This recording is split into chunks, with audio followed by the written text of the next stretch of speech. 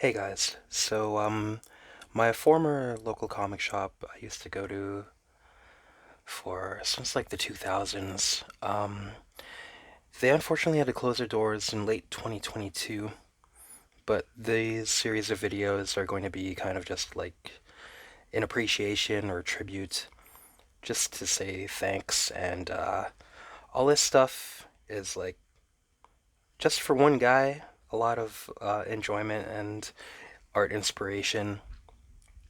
So thanks to them to be able to do that for just one person, but they did it for many. So that was Comic Factory 4. If you're local, I'm sure you know. Um, I think I'll say some more at the end of the video.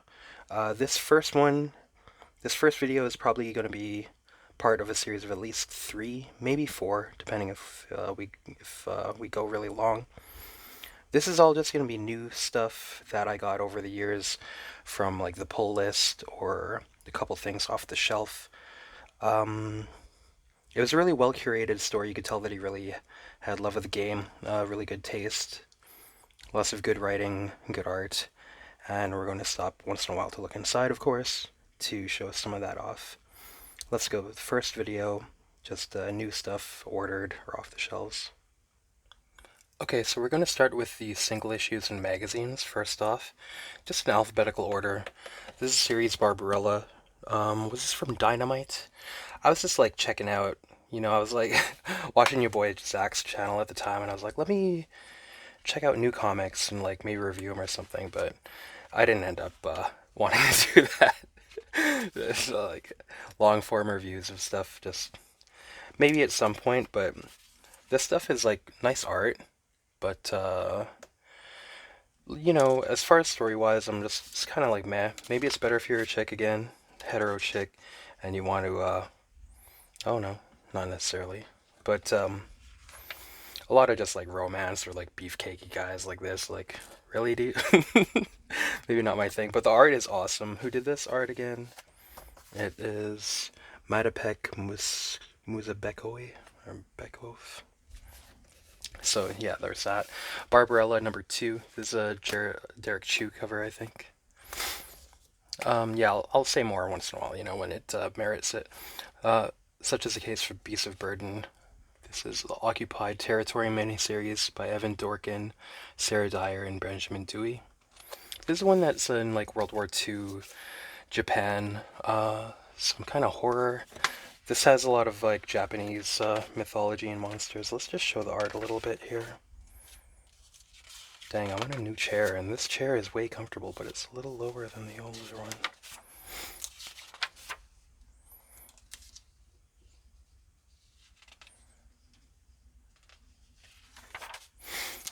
Yeah, some nice art in these and fun writing. I've talked about this series a bunch. One of my favorite as far as like new series go.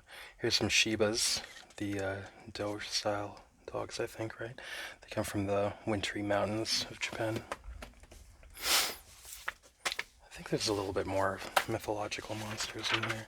This is a good series, so if you like horror and stuff. Here's some ogres, or Oni, I believe they're called. Where are the one-eyed ones?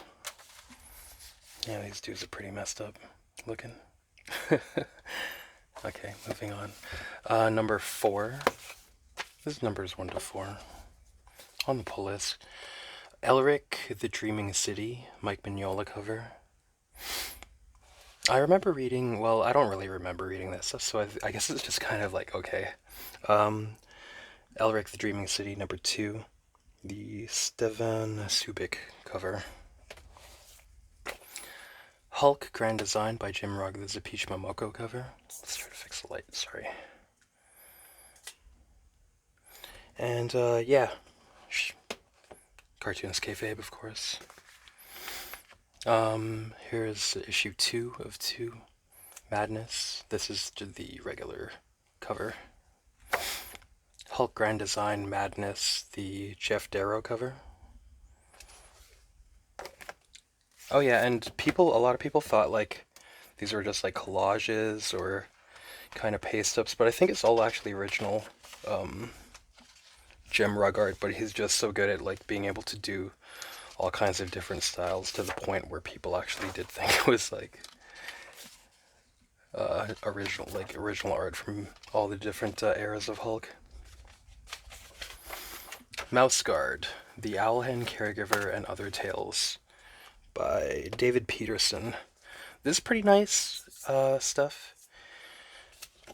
It's really like kind of wholesome fantasy. I just love this kind of line work. You know, kind of Charles Vess or Michael William Kaluta kind of style, or older illustration style. And these are pretty fun to read also too. So kind of into these. Family friendly. And you know me, I stay away from family friendly stuff a lot, but these are really good. Yeah. They'll make you want to not use mouse traps or anything. Not that there's any kind of, pop nature hippiness or anything. It's just like good fantasy. Was getting all the Red Room through there. R.I.P. had Piscor, of course. Missed for a long time. So this is Antisocial Network #1, the regular cover. This is probably worth a bunch of money nowadays. So back in the day, I ordered a bunch of copies. A bunch of my friends have these from back then. Oh, okay, I even have an extra copy for myself from back then too, okay. This is the variant of #1, I think. Is this the 1 in 5? Here's #2. A #2 variant, I think. I forget who this one's by. Oh, maybe this is #3. Where's #3 at? Did I mess up? Okay, this is #4. And here's a variant of Troy Nixie. Is this the #4 variant? Sorry, they're not like labeled on them. This is a #4 variant. Okay, maybe that last one was #3. Trigger warnings #1. I think this is the regular. Oh no, this is 1 in 5 variant. This video is a little bit like unprofessional so far, sorry. I'm gonna try to sharpen up. Trigger warnings #2. The normal cover, I believe. #2, the 1 in 5 Ed Piscor variant.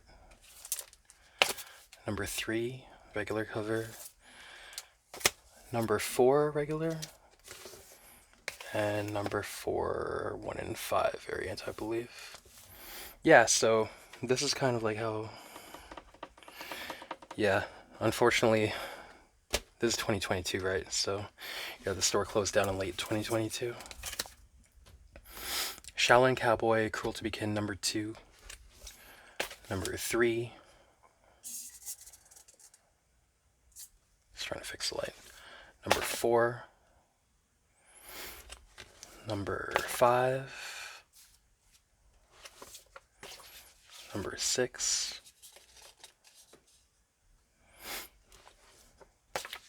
Teenage Mutant Ninja Turtles, The Last Ronin. #1, this is the Eastman cover.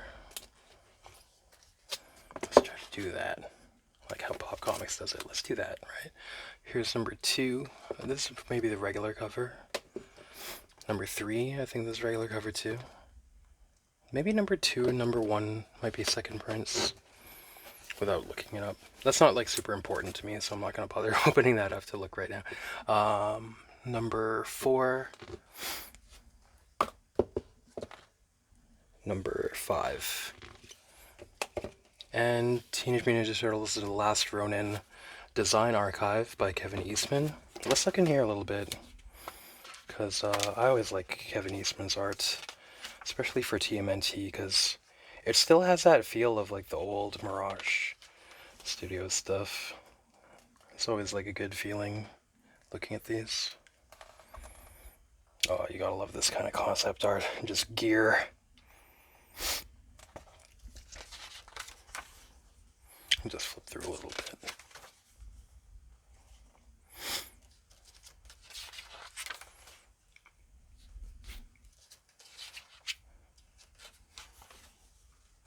Baxter Stockman.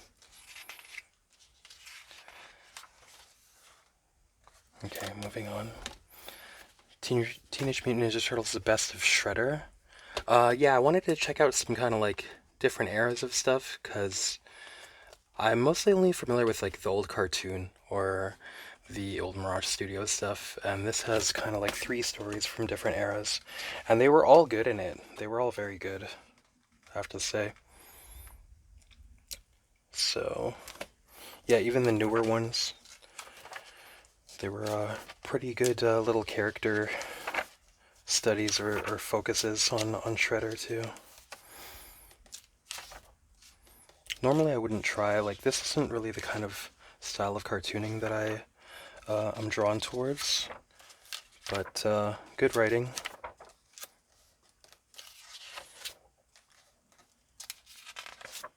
It's been some years since I've read these, but I kind of remember he's kind of just like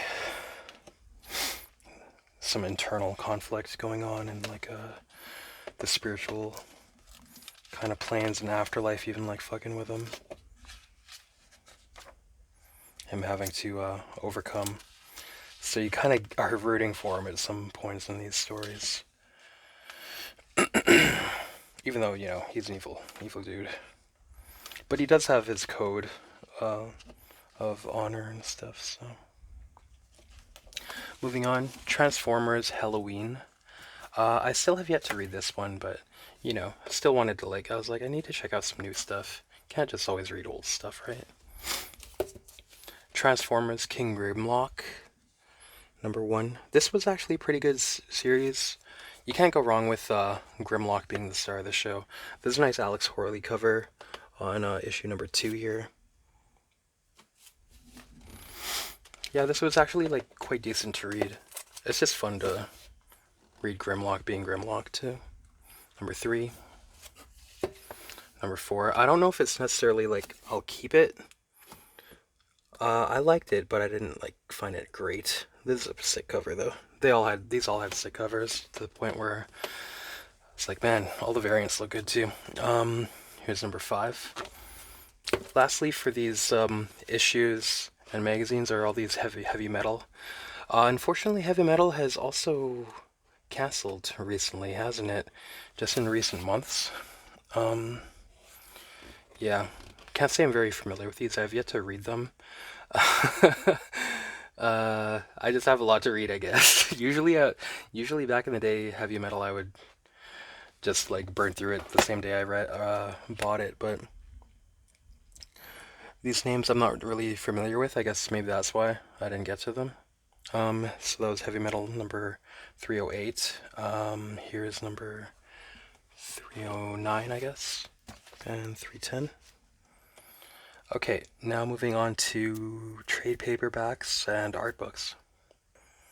Oh yeah, before we do that though, let's just show this one toy that I got from there, because it's pretty sick. This Last Ronin toy. Got Last Ronin fever when that was coming out. I like how this is, yeah, so you got the sai, the bow, katana, some ninja stars. Shh. I was gonna say shuriken, but I don't think they are actually. Anyways, I like how this is so articulated, but it still is that old Playmate Toys style. Not a big toy guy, but this is one I like. I don't know. This does spark joy. Marie Kondo. Last Ronin was a pretty sick series. He's really, really likable, this dude. Okay. So new trade paperbacks. I was just piecing together the Akira that I don't have. I actually have them in all the old Epic, but this translation is better, and it's kind of nice in the black and white. This is from the Kodansha, right? Yeah. And piecing them together one at a time, I gotta say, so there's #4. You're probably better off just buying the box set, and it's about the same price, and I think you get some bonus stuff there too, right? So if you're like me and you do want all of these, maybe you're better off just saving up and getting that box set. That's kind of like my regret, as this is my favorite book and even movie and even soundtrack. And if you like it in any like amount like that, just get the box set instead. Don't do what I did and piece them together one at a time. If you can. I would say that. Okay, so that's number 4. Number 5. I don't really need to show these because what am I gonna do? Only show a couple pages. You're gonna want all of them. You're gonna want to like see all of them. Man, I remember printing this out from a printer in like 1996 as like a poster for myself. Okay. Um, Dark Knight Returns: The Golden Child. So this is a sequel to Master Race, I believe, right? I've yet to read it, but I recently read Master Race, so let's do that pretty soon.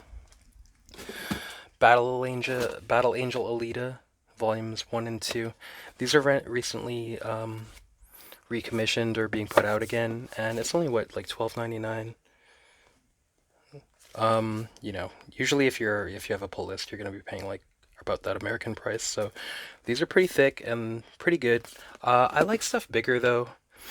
Having grown up watching the anime and then in recent years the movie, it did spark like, yeah, I really do enjoy it, but I don't know if when I was a kid I really liked these, but is it worth reading the others?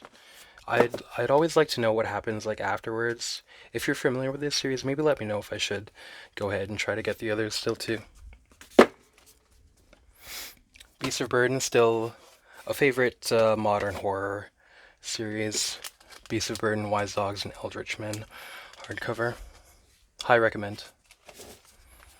And of course another high recommend for modern horror, Crossed 100, Volume 1, 2, and 3. So the other ones, I have other copies of this, of course. That'll be in the first sale bin. I'll keep these ones for myself. Daredevil, The Man Without Fear by Frank Miller and John Romita Jr. This is a classic. I got this off the shelf after seeing, I think your boy Zach reviewed this in like 2018 or maybe 2020 or something. I was like, damn, yeah, I need to get that. Do Anything? Thoughts on Comics and Things by Warren Ellis. Have yet to read this, but Avatar Press does a thing where pretty much every issue of previews are gonna have different things on sale. Unfortunately, I don't know if they like are putting anything new out ever, but all their old stuff is like constantly on sale. Just different stuff every. This is like what, $2.99 or something, brand new. Whereas the usual price would be, okay, $5.99. So it's like everything's like half off through them a lot. Frankenstein's Womb, a graphic novella by Warren Ellis. Who drew this again? Because it's pretty sick actually. Marek Oleksicki. But it's kind of like a meditation on technology, the ushering in of the modern age and the future it brings. And, sometimes Warren Ellis, at his, like, he's very skilled. At his worst, maybe he's, how would you say it? Maybe he just, goes too far with a certain kind of indulgence, and like a self-satisfaction or something. But in this, I mean, he's been refining his skills for a long time overall, all his career, and this one is very good. This one is like some of his best, you know. Maybe not iconic as Planetary or Transmetropolitan, which has its faults, looking back in just like the era it's from or whatever. But this is some good shit. This is more like timeless, not really. Sometimes he might, as any kind of rock star, maybe he could be kind of like a victim to the trend or the cult of personality or anything back from the 2000s. But this is a more timeless and skillful and exploratory and like deeper, kind of heavier story. So, Frankenstein's Womb by Warren Ellis and Marek Oleksicki. This gets a recommend if you're ever wondering if you're into this kind of thing. Nexus, the newspaper strips, Volume 1, The Coming of Gormando. These were really nice. And when this came out, it was supposed to be a hardcover, but Jared over at Comic Factory 4, he got this for me anyways, because he said, oh, they only put it out in this softcover, and they're not sure if they ever will issue it in the hardcover. Pardon me. So I was like, I better get it. Because you never know if, doesn't this become like full page stuff later?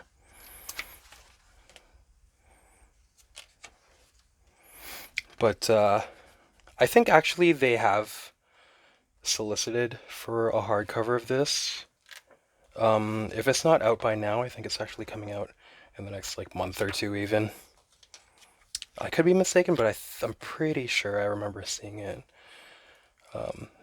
That you can like order it in previews. Either was it this month's or last month's or something like that. So yeah, nice Steve Rude painting on the front there. Continuing. Raw Hero by Akira Hiramoto. This is a dude who did Prison School, so you know it's like pretty raunchy and pretty off the wall, wacky humor. The shots, man. Nice composition.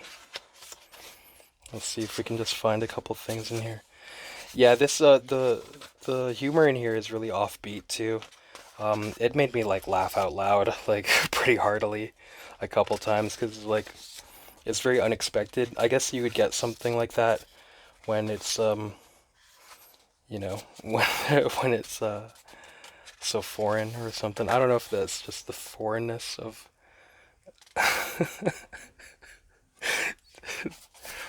but yeah, there's like some really unexpected moments in here. And yeah, it's like raunchy too. There's I probably shouldn't show that. Yeah, but pretty funny. I don't know if I've read like several more of these just because I wanted to see what would happen. Maybe it's kind of losing steam. I don't know. Luckily, it's limited to 6. I have read up to volume 4 since then, but volume 1 certainly is very funny. Red Room, The Antisocial Network, trade paperback. Yeah, so this collects the first series and a bunch of extra stuff. Yeah, the extras section is pretty huge.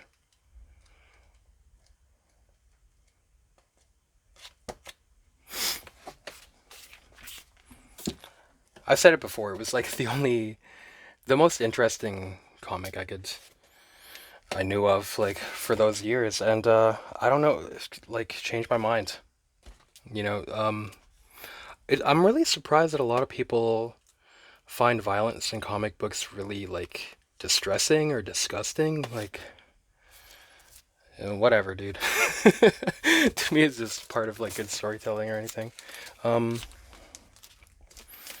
Yeah, and I mean, it is played for, like, gore and gratuitousness, but it's just kind of like the best writing out there, even.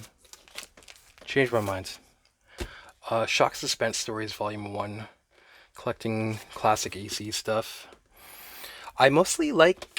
I wish I could just have these all in single issues, though, and I don't mean, like, you know, $10,000 originals or anything, but anthologies, it's not really like I'm gonna sit down and, like, put bookmarks and stuff in anthologies. I kind of want to just like read one issue at a time, and also like I like to be able to lay it open. But it's a good deal on these, and back in like the 90s, early 2000s, it was easy to find just single issues of these. The reprints, maybe from, I don't know what I'm saying. There was like Gemstone, but the Gemstone ones were like crappier quality than the...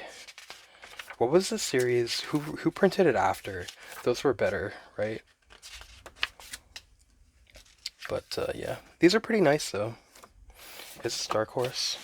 Yeah, okay. So, mental note: the Dark Horse versions are not too garish in their color and stuff. Because that's one thing, of course, I always hate when they reprint stuff and the colors are like too bright and like too rich. Not even rich, but like just gaudy. But these look good. Some Jack Davis here. Getting towards the end, second last, the Sensuous Frazetta.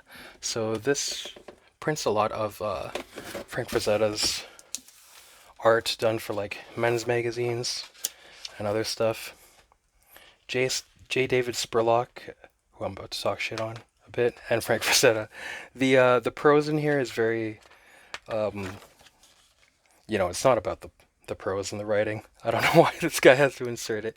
It's a little bit like he could have done with an editor, because it's clumsy at a lot of times. When people use I'm guilty of it. Using the same word too often. Say in one paragraph he'll be like, he had very sensuous style, and then the next sentence will be like, with the sensuous line work, and then like the last sentence will be like, with a sensuous figures and stuff, and it's like, dude, like fucking, you need an editor, man. Even like 20-year-old kids on their blogs will write better, but I guess it's good for the info, but who cares about all that, right? You just want the art. So this has a lot of really nice art. And stuff that I haven't seen anywhere else before, because I guess you're gonna have to get those men's magazines directly, or I mean, there's been so many reissues of Frank Frazetta stuff that, oh, this is cool. It has the reference photo too. How do you get a concise, like high quality, non-repeating collection of Frank Frazetta stuff? I guess that's the challenge. Some sketches here.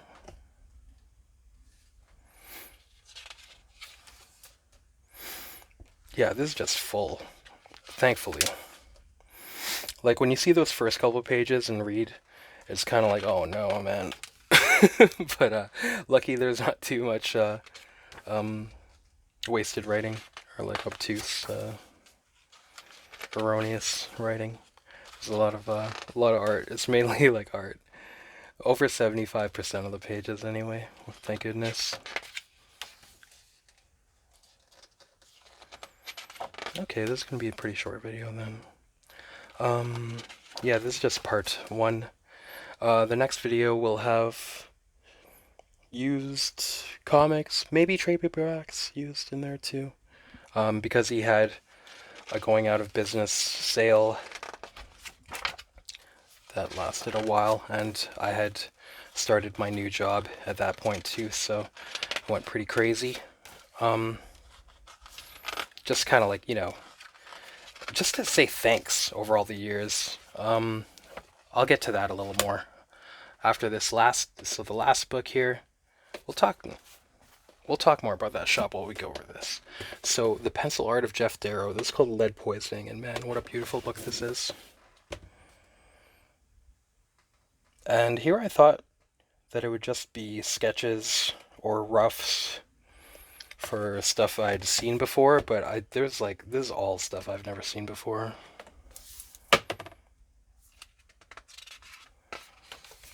Man, I'm stoked. This is one of those things where I'm like so happy I got this. It's a little bit hard to... I better just stand up while I'm doing this. So let's just look over this. This is the last book, so... of this video. Yeah, over the years, that dude, man, curating such a great store.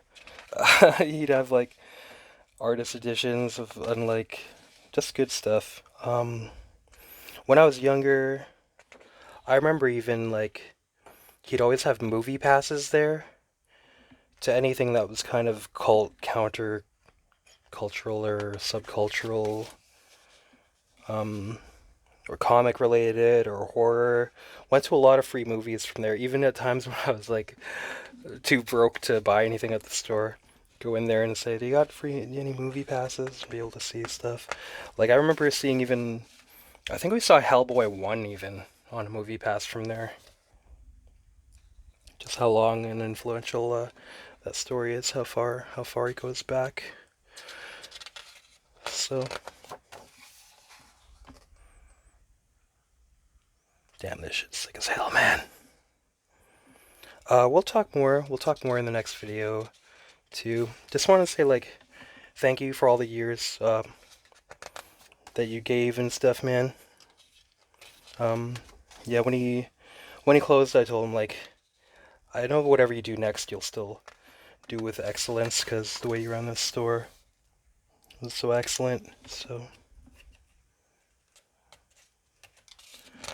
but yeah, we be coming. So there's like, this is not even a third of the stuff I got, but just wanted to start off and not do like a super long video, I guess. So the next video will have all the sale, not all the sale stuff, but maybe about half of the sale stuff organized by back issues and stuff.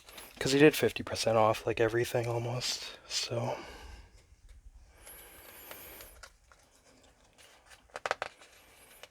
You know. I want to go through this whole book. Okay, here we go, hard-boiled, hell yeah. It looks so good in black and white.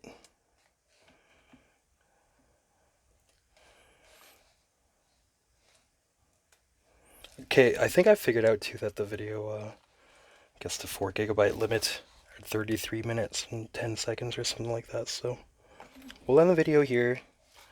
Stay tuned for the next one. Thanks for watching. Feel free to do all the liking and commenting and all that stuff, helps me out, but, you know, whatever. Do your thing. Thanks for being here. Talk to you more, and yeah, the next videos will have a lot going on, so we'll catch you then.